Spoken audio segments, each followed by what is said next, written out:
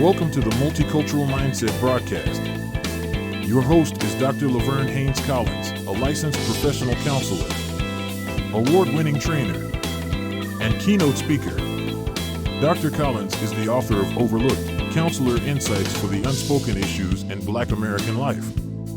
Dr. Collins has also been a featured monthly columnist in the American Counseling Association's Counseling Today magazine with her Honoring Diversity column. Now, here's Dr. Collins. Hello, everyone. Welcome back to the Multicultural Mindset. We are all about shedding light, casting light on issues that affect people of color within our nation and the world. And today's word is crimmigration. Crimmigration. It's the criminalization of immigrant populations. And I am so pleased today to have with me my good friend and an amazing colleague, Dr. George Ramos. Dr. Ramos is a licensed mental health counselor and an expert in immigration-related psychological evaluations. He is actually the founder of the New York City Immigration Evaluations and has provided hundreds of clinical assessments for U visas and T visas, asylum, and other kinds of documentation that is way over my pay grade, and even getting the cancellation of removal cases.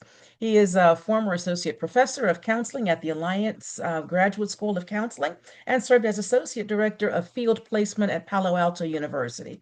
Currently, he teaches at NYU and Mercer University and is a 2023 APA Interdisciplinary Minority Fellow. His work focuses on trauma, cultural identity, and immigrant mental health. Dr. Ramos, thank you so much for taking time out of your busy schedule, especially in this time of our history, to be with me. Thank you so much. Thank you for having me. Thank you for being interested in this really important and timely topic.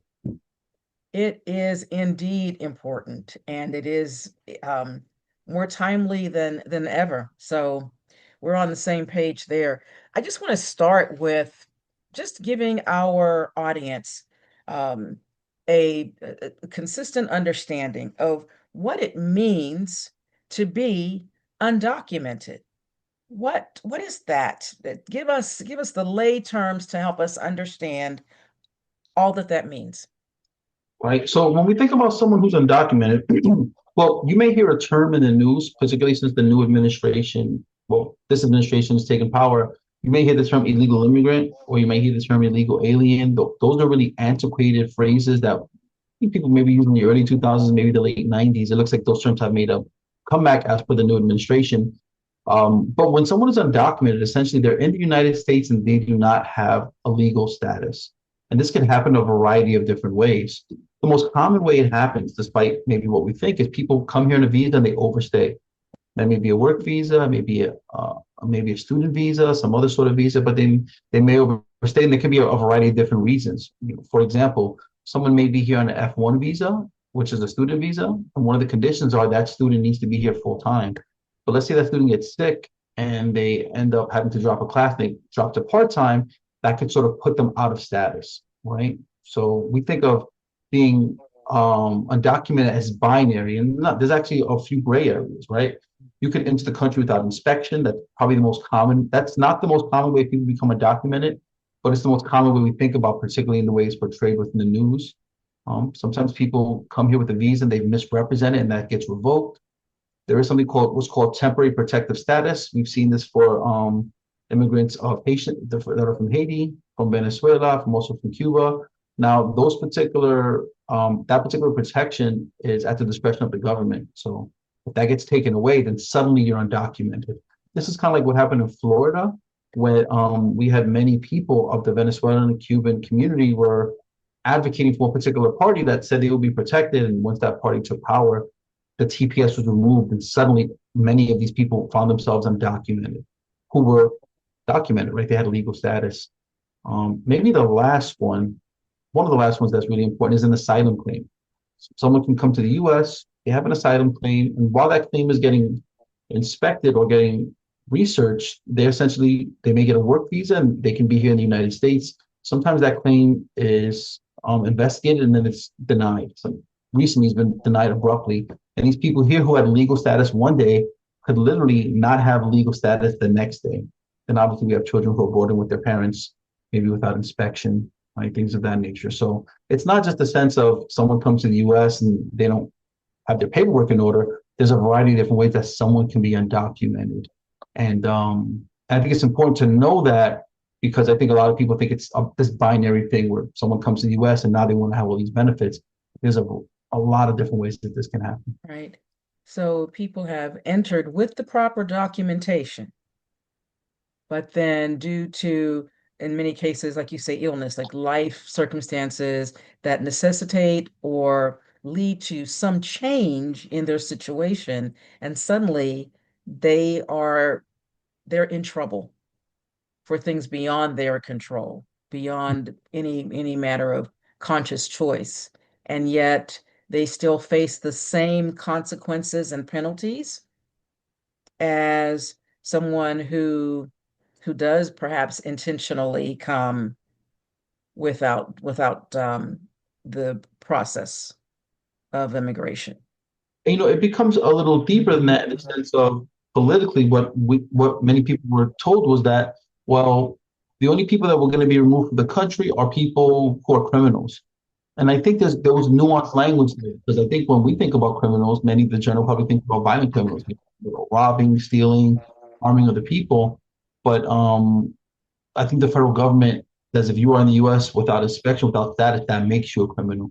There's actually administrative points, and that's where there's been a lot of confusion for people that maybe supported one party or the other. With when their relative, for example, is detained, they say, well, they were only supposed to take the bad people. And I think what they don't really understand is that if you're here without status, that administration sees you as a criminal, quote unquote, bad person. And there is the word crimmigration, the criminalization of immigrant populations in general. Yeah, Yeah. exactly. Wow.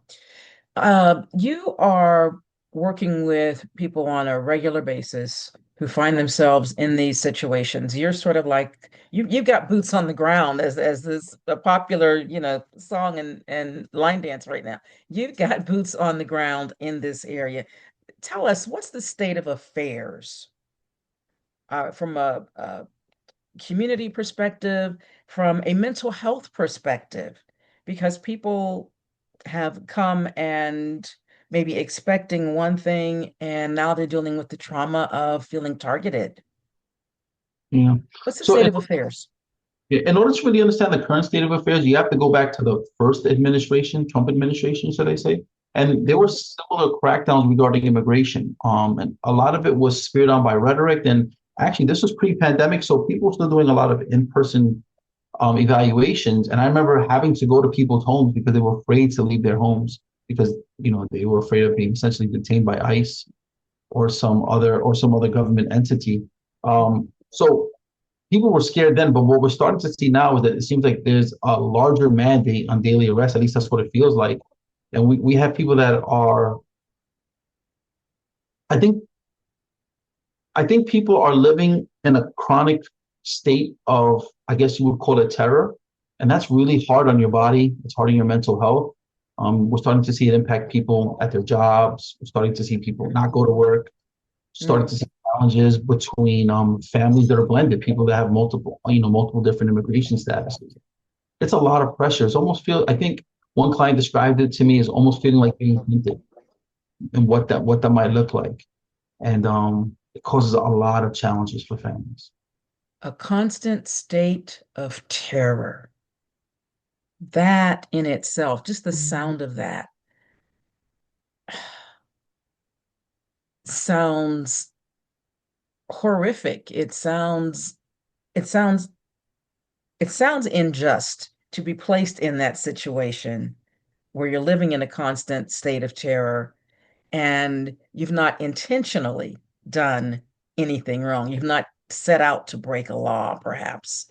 And yet you're still in that state of terror, no matter what caused you to suddenly become non-compliant with immigration standards. Yeah, Yeah. yeah, 100%. It's very scary for people, for sure. Yeah.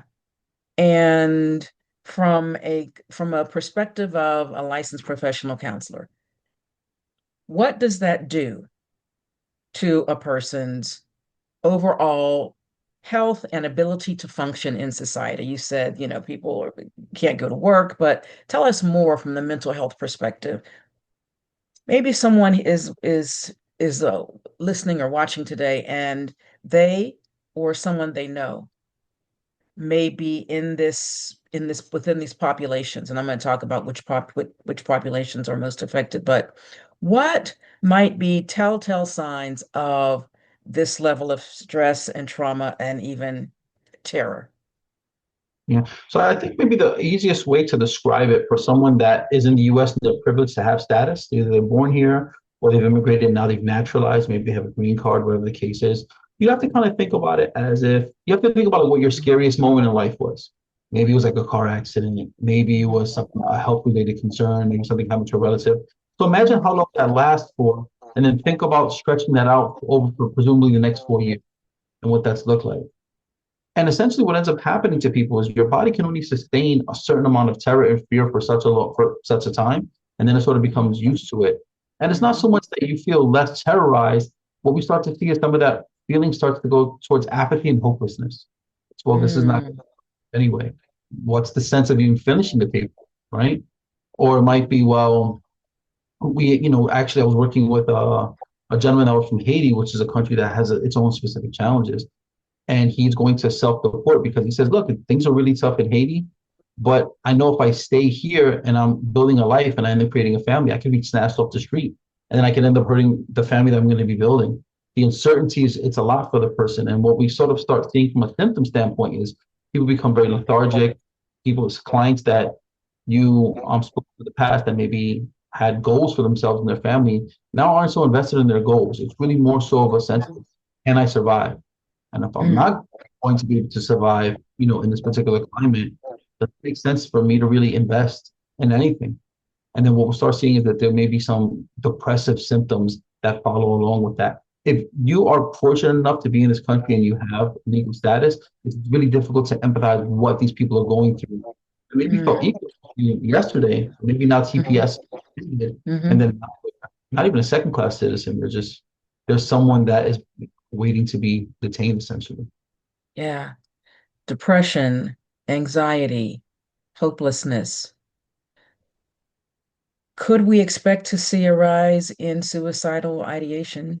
Just, I know you can't predict, but is that a trajectory that we might need to look out for? Yeah, so whenever we do our screenings, we also screen for suicidality or, Hmm. ideation or attempts. And what we're starting to Hmm. usually see is that once hopelessness starts to go up and depressive symptoms, we start to see suicidal ideation sort of increase as well. Some clients Hmm. do have to be hospitalized and we get those records. But we Hmm. certainly see hopelessness and we certainly see clients asking themselves, well, what's the point of living if I have to go back to this country I never was at? Or if I have to go back to a country where maybe I was victimized or brutalized, I'm going to be harmed or killed anyway. What's the sense in sort of waiting for that? That's scary for clients. Mm. Daily. Oh, yeah. Yeah. Wow. Now, here's another question.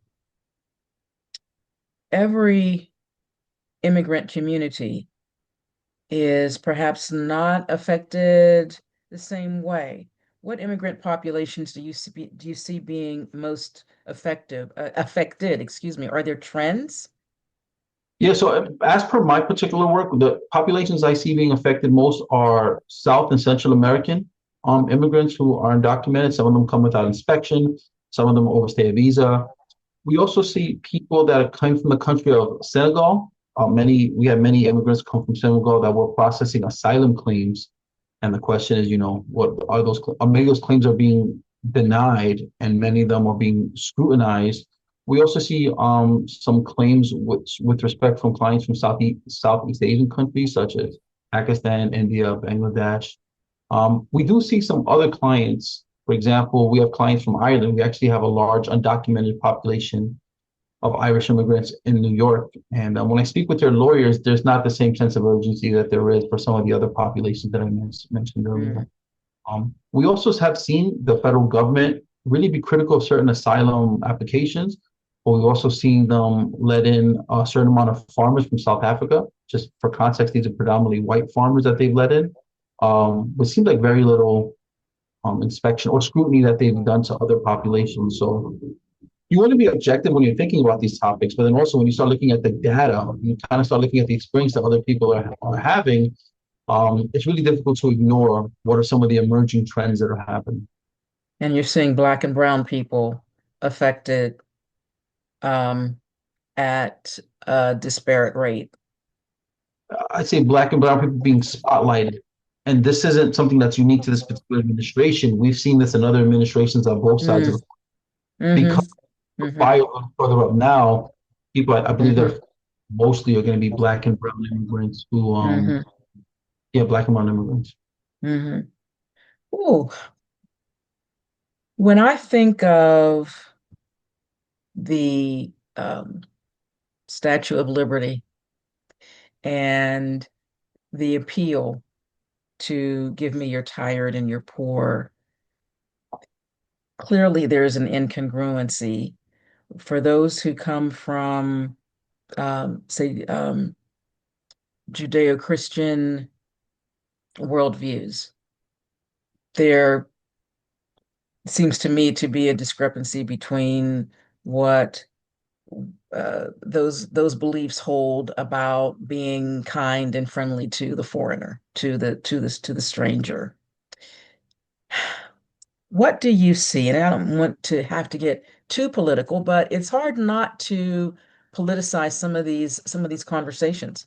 What do you see as being, if you don't mind commenting on this, what do you see as being at the core of this dissonance that both from the nation's ideology and from the Judeo-Christian values that the majority of Americans would say espouse to some extent, at least in terms of being humanitarian. What do you see as how is this discord? How is this dissonance? What's this discrepancy really all about?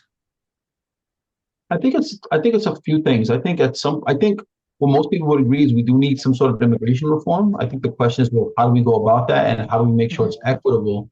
mhm, I'm not sure how much the government is interested in making it equitable, but there needs to be some sort of change. I think most people would agree to that. So I think that's where maybe some of the tension comes from. But I think mhm, also when I think about that creed with the Statue of Liberty, I think there are certain people that like the idea of that, but the reality of it can be uncomfortable for people. And I think what we start to see is it brings out a lot of our own biases, whether those biases are based on race, whether they're based on economics, whether they're based on maybe previous interactions we've happened, they're there, they're coming out. And I think kind of where we are with the idea of sort of America first, I think mhm, people want America to do well, but it seems like what's been a big part of our country and our community and the fabric are immigrants, whether they're first, second, or third generation. mhm. I feel like we're losing that a bit. Some of that is because of the political footballing, but I think other parts are because there hasn't been meaningful immigration reform in a long time, and I think there may be certain populations that are coming in that maybe federal government may feel are undesirable. Mm.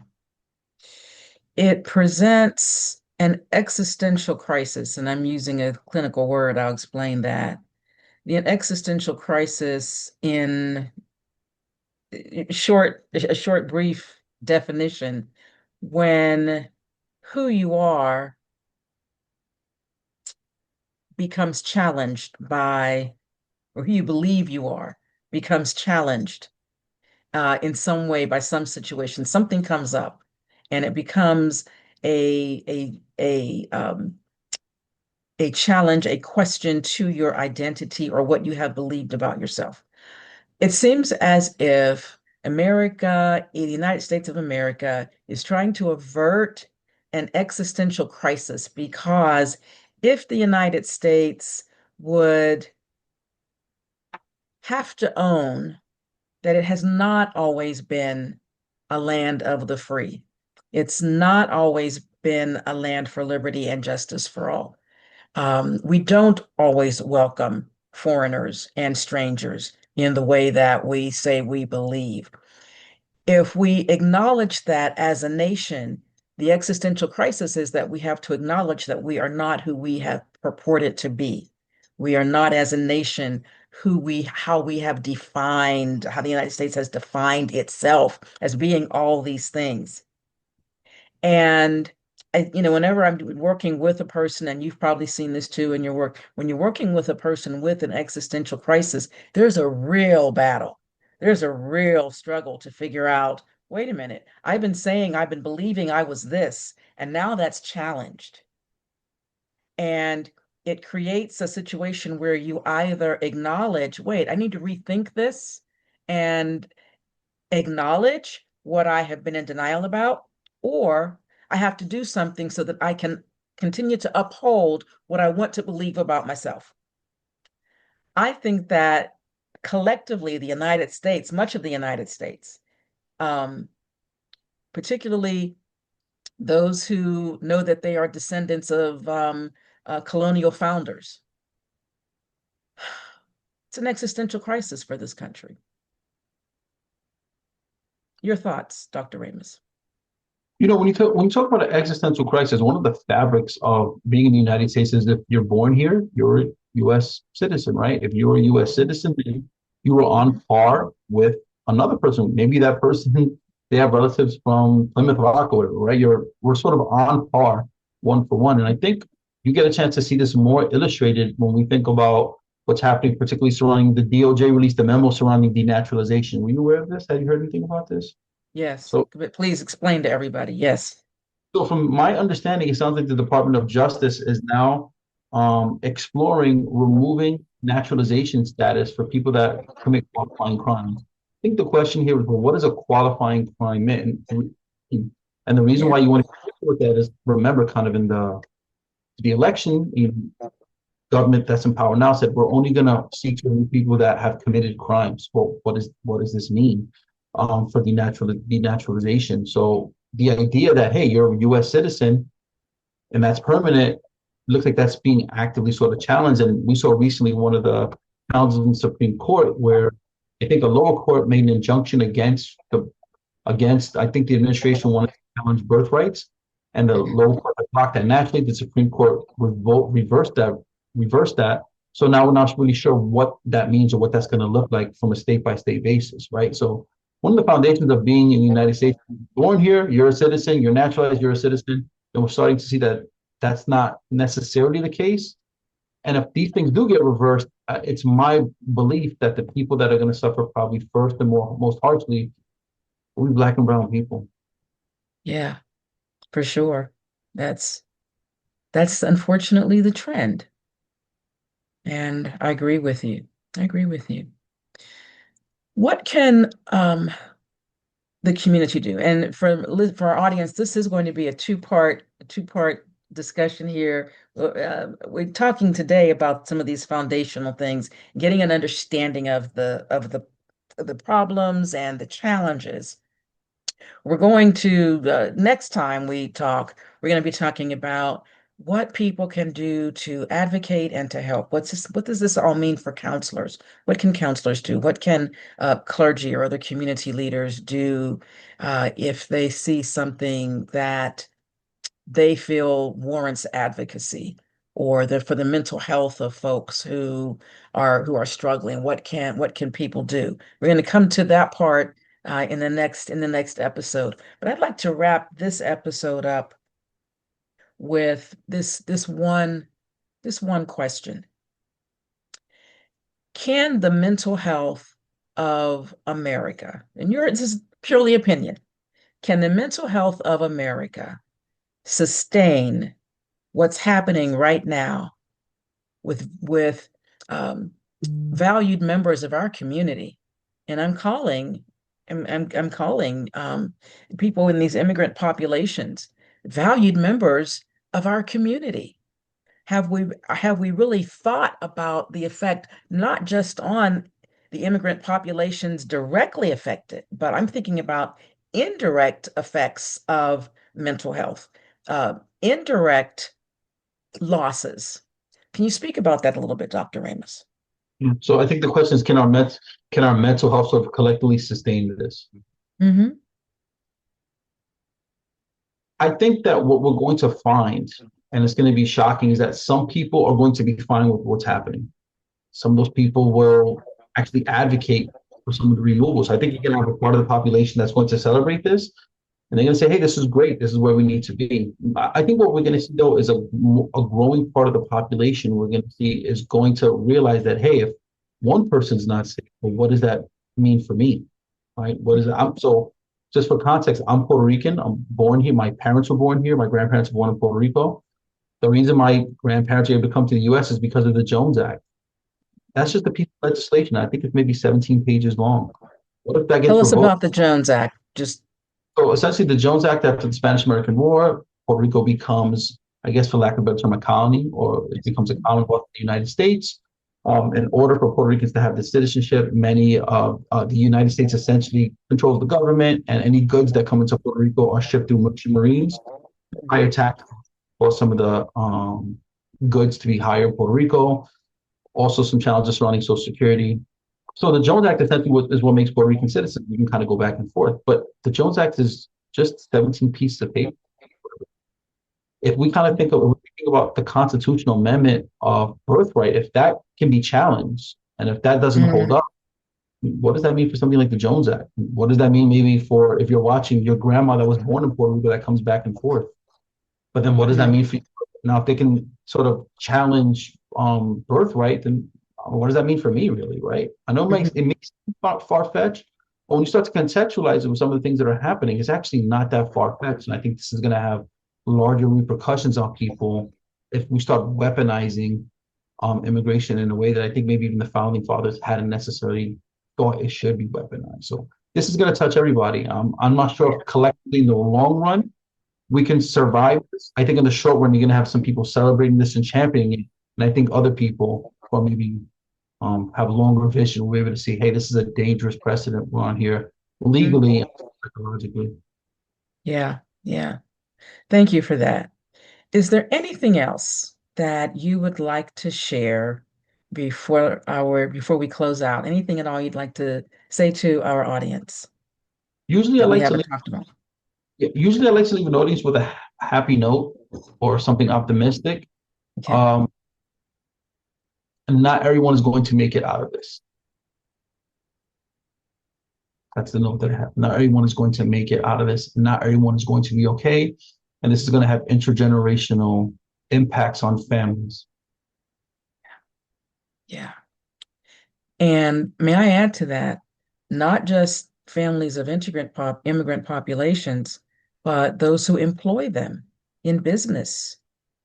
Um, Many people are losing valuable workers because of misunderstandings, loopholes, being targeted, just for many, many reasons, all the reasons that you spoke of earlier. So yeah, it's going to be an economic effect on businesses as well, because now there are just going to be I believe there'll be significant labor shortages. And We're that actually, affects, go ahead. I'm sorry, we're seeing that now. We're actually seeing in lifetime President Trump say, hey, we've got to really think about how we're treating farmers and hotel industry, who basically essentially they rely on cheap labor to meet the Mm, to meet these particular needs. And so what we're seeing is, sort of by way of work permits, which already exist, we're starting to see that the squeeze is impacting people in certain communities and yeah, populations. That's gotten word to the president, and there going back. They're really their immigration stance as hard lines as it was. yeah. Dr. Ramos, thank you so very much for being here today and for sharing in this conversation. We're going to pick this up again in our next episode and talk more about what counselors and behavioral health professionals and helpers can do in response to the situation that we find ourselves in. So I'm going to sign off for now and say to everybody, please, whatever you're doing, take care of yourself. These are stressful times for a lot of people. So take care of yourself. If you work in this profession, keep practicing with empathy, cultural commitment, and a multicultural mindset. So long for now.